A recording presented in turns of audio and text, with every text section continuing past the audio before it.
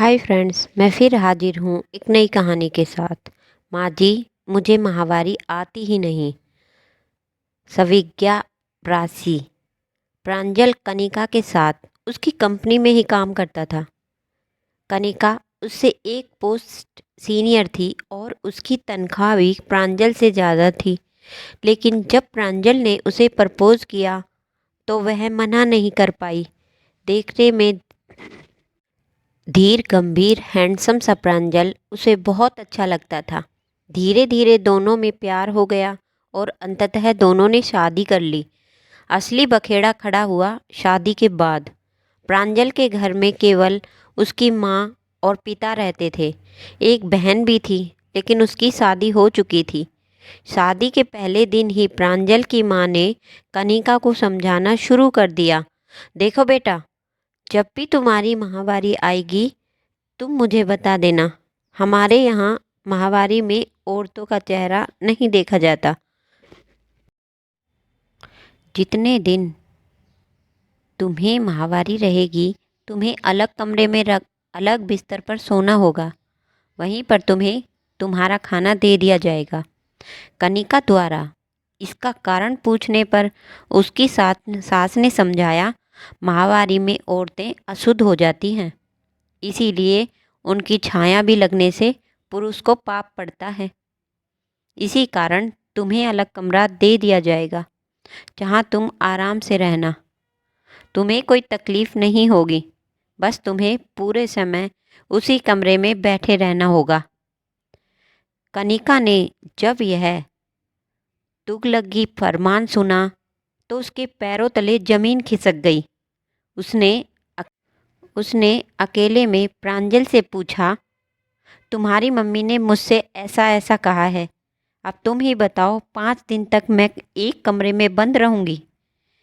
कोई मेरा चेहरा नहीं देखेगा तो मैं ऑफिस कैसे जाऊंगी? प्रांजल ने सीधा सीधा पल्ला झाड़ लिया। उसने कहा, कनिका, यह सब औरतों की बातों में मुझे मत घसीटो। यहाँ पर ऐसा ही होता रहा है। दीदी भी थी, वह भी महीने में कुछ दिनों तक कमरे में बंद रहती थी। लेकिन तुम्हारे जैसा मन करता है तुम वैसे मैनेज करना। मैं तुम्हारे और मम्मी के बीच में कुछ नहीं बोल सकता। खैर, शादी के 4 दिन बाद ही लोग 10 दिन के लिए हनीमून चले गए। लौट के आने पर एक हफ्ते बाद ही कनिका और प्रांजल ने वापस ऑफिस ज्वाइन कर लिया। शादी के बाद 2 महीने बीत चुके थे, लेकिन कनिका ने एक बार भी अपनी सास को नहीं बताया कि उसे माहवारी आई। अब कनिका की सास ने उसे बुलाया और पूछा कि क्यों बहू, 2 महीने बीत गए, तुमने बताया नहीं कि तुम्हें माहवारी कब आई? तुमसे कहा था ना कि मुझे बता देना, जिससे तुम्हारा कमरा अलग कर दूं।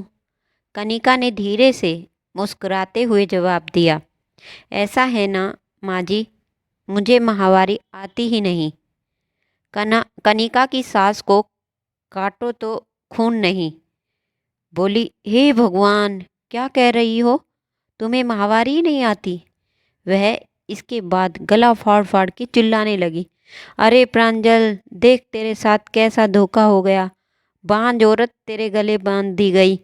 प्रांजल शोर सुनकर वहां पहुंचा और पूछा, क्या हो गया माँ, क्यों चिल्ला रही हो? तब उसकी माँ ने बताया कि तेरी बीवी को माहवारी नहीं आती। इतनी बड़ी बात तुम्हें पता नहीं थी? ऐसी लड़की से शादी कर ली। प्रांजल ने प्रश्नवाचक दृष्टि से कनिका की ओर देखा। कनिका ने अपनी सास से पूछा, क्या हुआ माँ जी? माहवारी तो गंदी चीज होती है, उसके होने से औरत अशुद्ध हो जाती है। तो यह तो अच्छी बात है ना कि मुझे माहवारी आती ही नहीं। मैं एकदम शुद्ध हूँ। मुझसे ज़्यादा शुद्ध लड़की आपको और कहाँ मिलेगी? तब कनिका की सास बोली, अरे लड़की, माहवारी ना होने से औरत बच्चे नहीं पैदा कर सकती। तभी मैं कहूँ, अपने से छोटी पोस्ट वाले लड़के से तूने शादी कैसे कर ली? फिर कनिका ने अपनी सास को समझाया, देखो माँ, बच्चे पैदा करना अच्छी बात है, यह बुरी बात तो नहीं। तो उसकी सास ने कहा, यह भी कोई पूछने वाली बात है? हर औरत माँ बनना चाहती है। तो फिर कनिका ने पूछा, अगर माहवारी बच्चे पैदा करने में मदद करती है तो उसके होने से औरत अशुद्ध कैसे हो गई? आगे कनिका ने अपनी सास को समझाते हुए कहा, माँ, मुझे भी माहवारी आती है, लेकिन मैं इस बात को नहीं मानती कि इससे मैं अशुद्ध हो जाती हूँ। यह तो एक बिल्कुल ही प्राकृतिक प्रक्रिया है। और आजकल तो साफ सफाई के लिए अच्छे किस्म के पैड उपलब्ध हैं, जिससे कपड़ों पर कोई धब्बा भी नहीं लगता। फिर इस तरह का ढकोसला क्यों? लेकिन सास तो सास होती है, अपनी बात गलत कैसे साबित होने दे? तुनक्कर बोली, तुम आजकल के बच्चे पुरानी परंपराओं का मजाक समझते हो। अरे तुम्हारे भले के लिए ही तो कही थी कि अलग रहना। तुमको 5 दिन आराम रहता, कोई काम ना करना पड़ता। हमारे पुरखों ने नियम बनाए हैं तो कुछ सोच समझ कर ही बनाए हैं। कनिका ने उत्तर दिया, माँ, सोने के पिंजरे में रखकर चिड़िया को बासमती चावल का दाना डालोगी तो भी वह खुश नहीं रहेगी। पीरियड्स में मुझे भी दर्द होता है। जब ज़रूरत होती है तो आराम कर लेती हूँ, लेकिन यह कहाँ की बात है कि मुझे ज़बरदस्ती एक कमरे में बंद कर दिया जाए और कहा जाए कि आराम करना ही है। अगर मुझे ज़रूरत लगेगी तो मैं खुद कहूँगी कि मुझसे काम नहीं हो रहा है, मुझे आराम करने दीजिए। बस रीति रिवाजों के नाम पर उल जलूल कानून मुझ पर ना ला दिए। अब कनिका अपना आखिरी पैंतरा चला और प्रांजल की ओर आंखों में आंसू भर के बोली, देख ले बेटा, यह कल की छोकरी मेरे साथ कैसे कैसे मजाक कर रही है। क्या इसीलिए मैंने तेरे प्रेम विवाह पर स्वीकृति दी थी?